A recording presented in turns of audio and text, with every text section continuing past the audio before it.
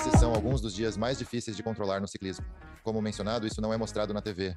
As pessoas não sabem o que está acontecendo. Elas veem a largada e a chegada, mas não percebem o quão desafiador foi o percurso. Foram realmente alguns dos dias mais difíceis no ciclismo. Roubache. Minha pressão sobe só de ver essa corrida na TV. Quão estressante é enfrentar isso ano após ano? Você tem tipo 17 tentativas nisso. Quando corria, entrava em modo guerreiro total, transformando estresse em empolgação e motivação. Sabia que sem total concentração em corridas como Roubaix, não teria chance de sucesso. Não seria divertido em momento algum. Não sei se você tem ideia do impacto que causou nas gerações seguintes. Eu não estaria aqui sem você e o Lance. George Hincapie. Bem-vindo ao podcast Roadman Cycling. Obrigado por receber-me. George, como está? Bem, obrigado. Voltei do Grand Fondo em Chattanooga, Tennessee. Foi divertido, com cerca de 1.500 participantes. Meu filho de 13 anos venceu a competição inteira, o que me impressionou. Foram 130 quilômetros competindo com adultos. Curso difícil, o garoto venceu. Ainda chocado. Você está em ótima forma. Estava rebocando ele ou ele também ajudou no trabalho? Sim, conseguimos nos destacar na segunda subida e eu trabalhei mais do que ele, mas ninguém pareceu se importar. Ele tem 13 anos e veio até mim faltando cerca de 16 quilômetros. Disse: pai, estou tendo cãibras muito fortes. Parecia nunca ter tido cãibras antes. E perguntou o que fazer. Respondi: é melhor aguentar firme e sofrer, porque é só isso que dá para fazer nesse momento. Mas sabe de uma coisa? Se você não sabe o que é cãibra ou nunca teve uma, é meio assustador. Eu tinha um cliente e estava conversando com ele na semana passada, e na minha cabeça, isso parecia a coisa mais louca do mundo. Ele estava treinando para a Mallorca 312. Eu o havia colocado para fazer um treino pesado 2 semanas antes, o último treino pesado dele. E ele teve cãibras pela primeira vez. Ele disse que ficou na beira da estrada pesquisando no Google, como se estivesse tendo um ataque cardíaco. É engraçado. Pois é, a mesma coisa com meu filho. Ele estava atrasado, atravessou a linha de chegada, fez um sprint impressionante, ultrapassou um cara bem no final e basicamente não conseguia andar. Ele desceu da bicicleta e ficou estirado com as pernas estendidas. E é assim como pai. Você não quer ver seu filho passar por uma dor dessas, mas ao mesmo tempo é como um rito de passagem. Então fiquei meio feliz em ver isso. Você o incentivaria a seguir carreira no ciclismo se ele escolhesse isso? Eu acho eu já superei isso. Preciso controlá-lo. Ele está totalmente dedicado ao ciclismo.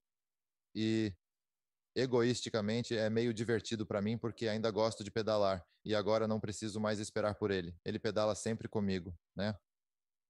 É um formato único hoje em dia, diferente de quando competíamos na infância. Porque eu posso realmente competir em corridas com ele, fazer fondos, participar de eventos de gravel. E quero dizer, pense nisso: poder, como pai, treinador, conversar, ensinar como se posicionar no pelotão, em corridas de gravel ou em grand fondos. Isso é algo único. Você nunca poderia fazer isso em outro esporte onde posso ver como ele está se saindo. Então é muito divertido para mim. Estamos nos divertindo, não vou pressioná-lo. Ele tem 13 anos e quer fazer todos os intervalos, comprar um medidor de potência. Eu digo, não, vamos pedalar por diversão, pegar pesado e aprender a andar de bicicleta. Agora, é só diversão para nós. Mas é incrível como algumas coisas não podem ser bem ensinadas de forma abstrata. Você pode explicar a alguém, por exemplo, como voltar para a roda após sua vez em uma fuga de 4 ciclistas. No entanto, ensinar isso de forma abstrata em um café não faz muito sentido até que sua frequência cardíaca esteja a 190. Exatamente como você sabe. Certo. Sempre falamos sobre a relação potência-peso e quão rápido as pessoas sobem ladeiras. Mas no ciclismo, é crucial controlar a bicicleta no pelotão, desviando de quedas e aproveitando brechas. Adoro experimentar isso com ele, pois tem uma percepção incrível no pelotão, algo quase impossível de ensinar. É uma habilidade inata que ele definitivamente tem. Temos um ciclista irlandês aqui. Não sei se você se lembra de competir contra ele. Kieran Power corria pela equipe Navigators naquela época. Ele voltou a competir, assim como você, porque seu filho está competindo. O filho dele é campeão nacional sub-16. E Kieran está no pelotão competindo junto com ele. E eu costumo dizer que legal é isso, poder correr com seu pai e ele te dizer, tipo, vai por aqui, não vai por ali. Abre o seu sprint aqui, não abre o seu sprint ali. Sim, é realmente muito divertido. Nós organizamos os campeonatos mundiais de terça-noite, onde os melhores ciclistas competem. Ele ganhou nos últimos 2 fins de semana. Eu acho engraçado porque Provavelmente seremos banidos dos mundiais de terça à noite por eu estar ajudando ela na fuga. É uma situação bem divertida. George, deixa eu voltar ao início. Crescendo no Queens, lembro quando comecei a pedalar em Dublin, simplesmente. Não era um esporte popular, pois perdi a era de Sean Kelly e Stephen Roche. Depois disso, o ciclismo teve uma queda, com alguns ciclistas irlandeses que, sem desrespeito, não estavam brilhando. Lembra de Polk Maggs e Martin Earlys? Não tínhamos o apelo do ciclismo mainstream. Quando comecei a pedalar, lembro de colocar shorts de futebol por cima dos de ciclismo, saindo assim por vergonha. Depois, ao chegar no campo, os guardava no bolso de trás da camisa. Crescer em Nova York deve ter sido estranho. Com certeza, né? Tem sido muito interessante observar o ressurgimento do ciclismo aqui no Zinewa e imagino que seja semelhante na Irlanda. Como mencionou, não era algo considerado legal. Eu era praticamente o único ciclista na escola, mas recebia apoio dos amigos, pois já competia internacionalmente e chamava a atenção. Para eles, começou a parecer legal, mas não dava para ir a uma cafeteria ou loja de conveniência de uniforme. Isso simplesmente não aconteceria. Sim, Não é incrível? Agora você pode entrar em uma cafeteria, sentar-se, fazer uma refeição completa e ninguém te olha estranho. exactly. Exatamente, depende de onde você está. Virou uma declaração de moda. As pessoas estão perfeitamente equipadas, combinando com suas bicicletas, tudo perfeito. Virou uma coisa de estilo e moda também. Mudou muito, com certeza. George, quando você se mudou para Girona, Espanha, Mudei-me para Girona, morei em Como, na Itália, nos meus primeiros 3 anos de carreira, em 94, 95, 96 e em seguida, em 97, voltei para Girona. e como era Girona naquela época? Quem estava lá? Charlie Vegelius estava lá? Quem estava lá? Ninguém.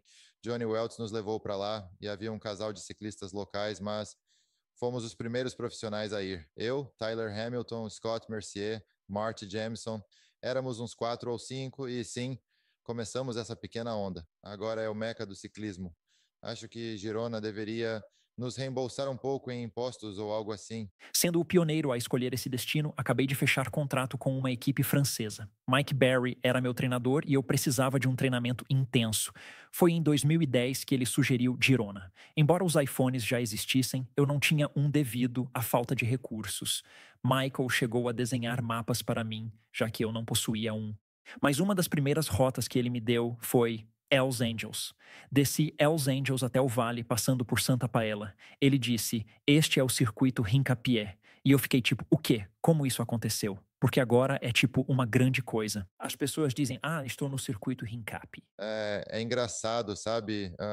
Realmente não faço ideia de como isso começou. Fiz o circuito várias vezes, mas de repente começaram a chamar assim e não tenho nada a ver com isso. E se, na verdade, algumas pessoas que fazem nem sabem quem sou, acho que foi isso que eu vi. Chamam de circuito Rincapié, mas não sei como surgiu.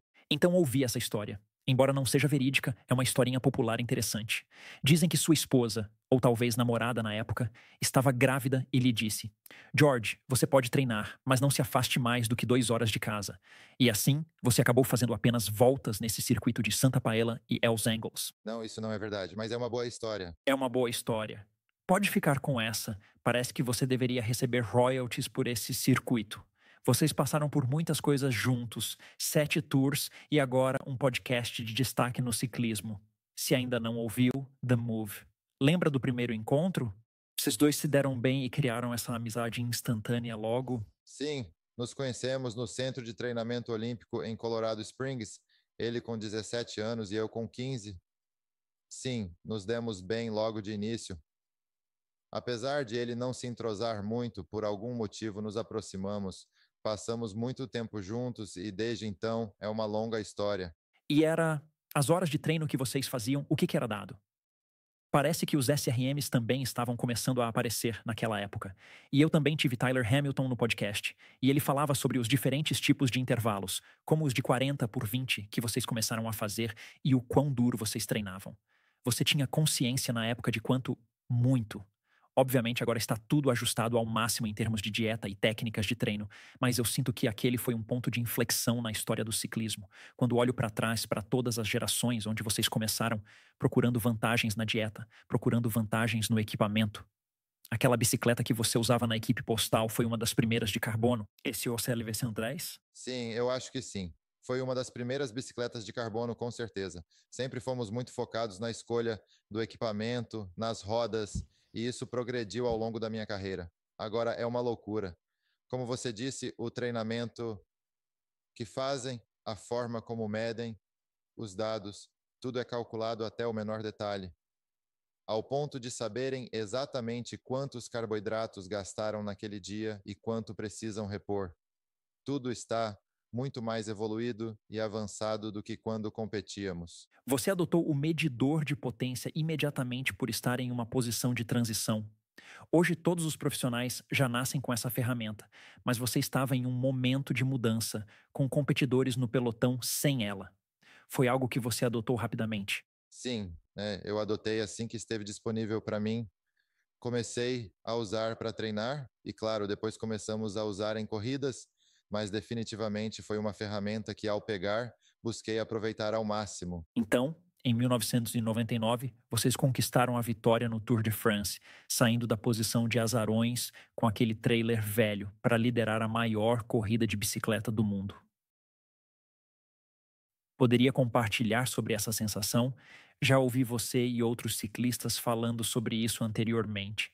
Como capitão de equipe, vemos um resumo.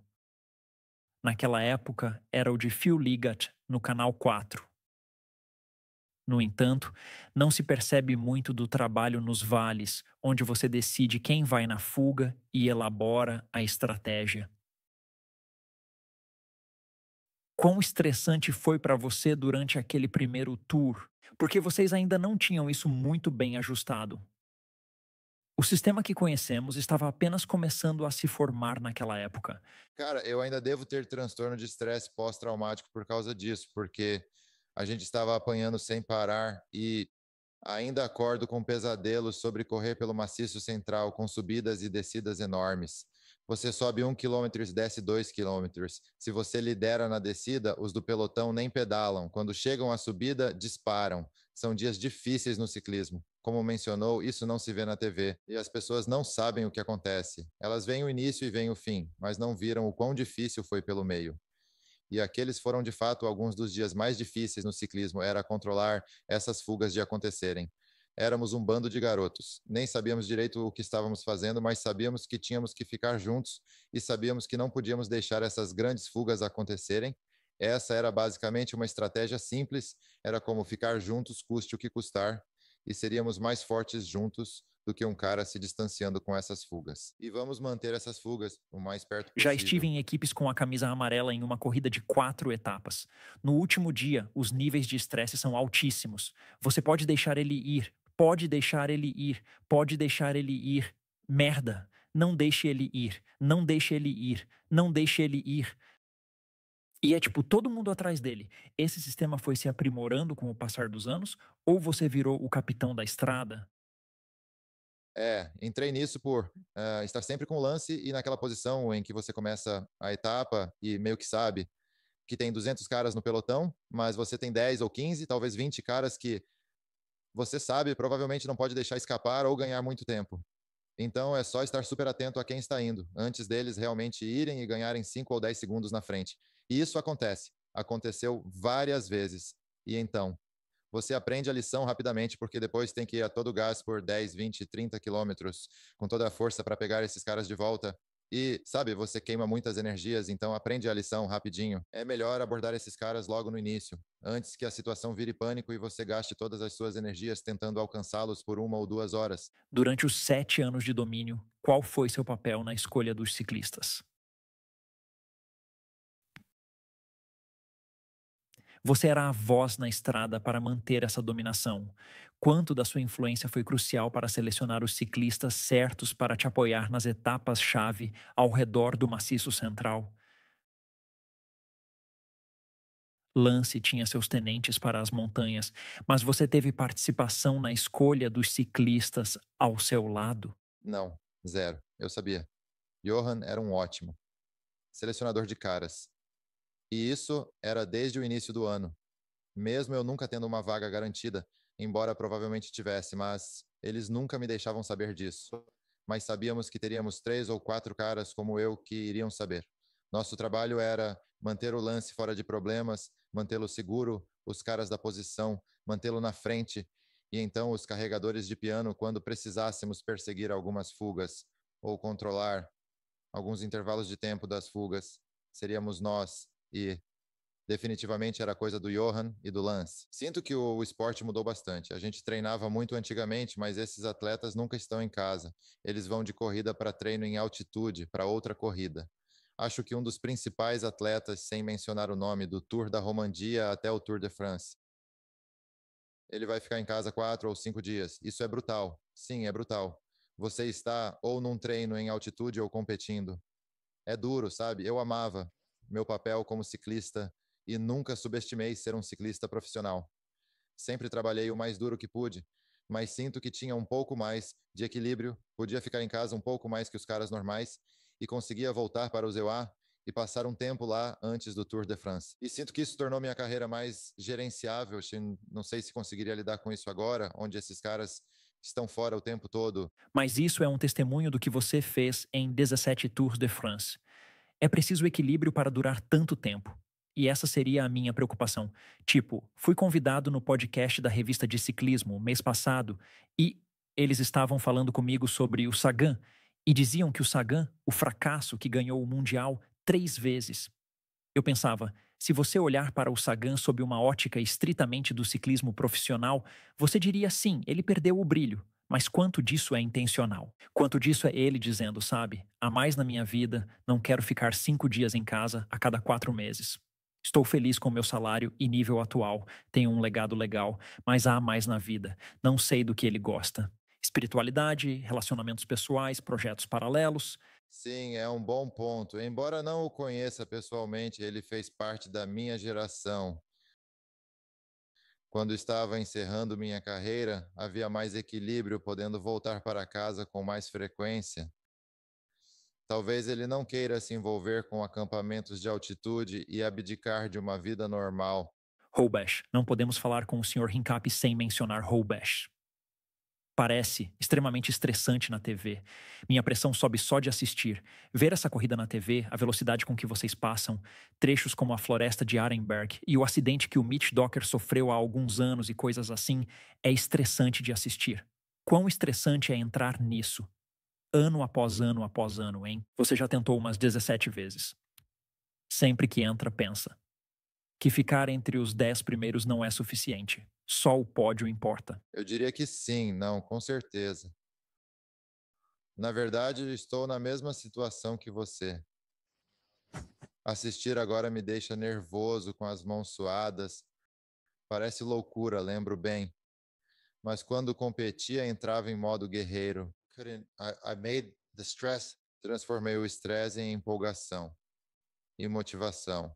Sabia que sem total concentração, numa corrida como a de Roubaix, não haveria chance alguma de sucesso. Não seria divertido em nenhum momento, mas seria. You know, if you, se você não planejasse as sessões corretamente e não visualizasse como se posicionar na sua cabeça ao entrar na floresta de Arenberg, o que me permitiu superar isso foi conseguir visualizar antecipadamente quando eu iria avançar, como economizaria energia enquanto avançava e ainda entrar na Arenberg entre os primeiros 5. Em meus 17 anos de carreira, quase sempre consegui entrar na Arenberg em primeiro ou entre os 10 primeiros. Isso é uma pequena vitória, pois é um dos trechos mais estressantes do ciclismo para liderar. Encontrei muita, não alegria, encontrei muita motivação por sempre ser um dos favoritos na corrida e nunca dei isso como garantido. E você esteve tão perto em Roubaix. Boonen era seu colega de equipe na Postal, não era? Na primeira temporada lá. Qual a diferença? Ele é um finalizador rápido, mas há muitos. O que o destaca de alguém em Roubaix que consegue vários top 10 para se tornar tão prolífico, possivelmente o maior ciclista de Roubaix de todos os tempos? Bem, desde o princípio, né, ele era um verdadeiro matador, sem medo algum, possuía uma força tremenda. Logo no seu primeiro treino, quase deixava os outros para trás nos sprints. Especificamente naquela Roubaix, ele conseguiu um passe livre para a fuga. Em uma Roubaix chuvosa, sem precisar se esforçar tanto, ele aproveitou sua força e confiança para conquistar o terceiro lugar naquela ocasião. Mas foi uma corrida reveladora para ele, né? Desde o início, sabíamos que esse garoto era um fenômeno e faria muito no ciclismo. Porque não lembro o ano em que você cruzou a linha, mas acho que foi com o Fletcher e o Boonen e você ficou em segundo, se bem me lembro. Mas quão difícil foi sprintar desse grupo? Chegando na estrada, você deve ter pensado: isso não vai acabar bem. Não, é engraçado. Depois fui criticado porque não atacou. Vocês lideravam nos últimos 15 quilômetros. O que faria? Está a 250 quilômetros na corrida mais difícil, a 40 quilômetros H. O que fazer? Acelerar a 42 quilômetros a Egara por 600 metros como uma TV? Você não vai a lugar nenhum. Se entregue totalmente ao sprint. As chances de vencer o Boonen eram baixas, mas é preciso tentar. George, conversei com vários caras no podcast que estão migrando do ciclismo para a vida pós-carreira. Recentemente, entrevistei Swain Tuft, caras incríveis, mas ao falar com muitos deles, percebo que parece que eles precisam de um tempo para ver qual é o próximo passo.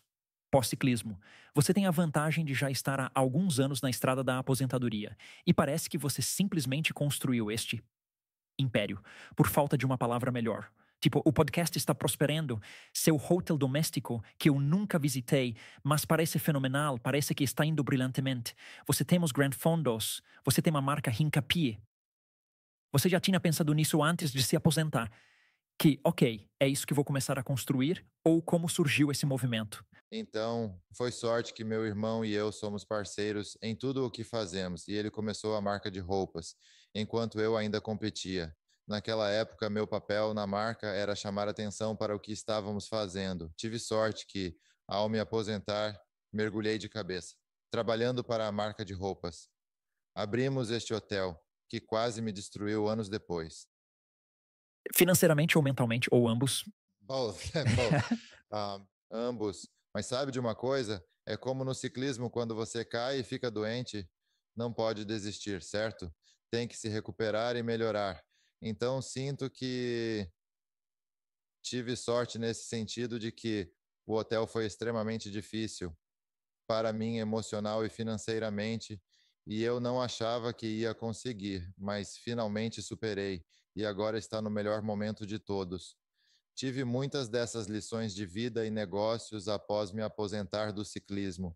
Nunca fiquei entediado, nunca senti falta do pelotão profissional, porque estava sempre ocupado com outras coisas. E sou verdadeiramente grato por ter enfrentado essas situações e ter encontrado algo em que me concentrar.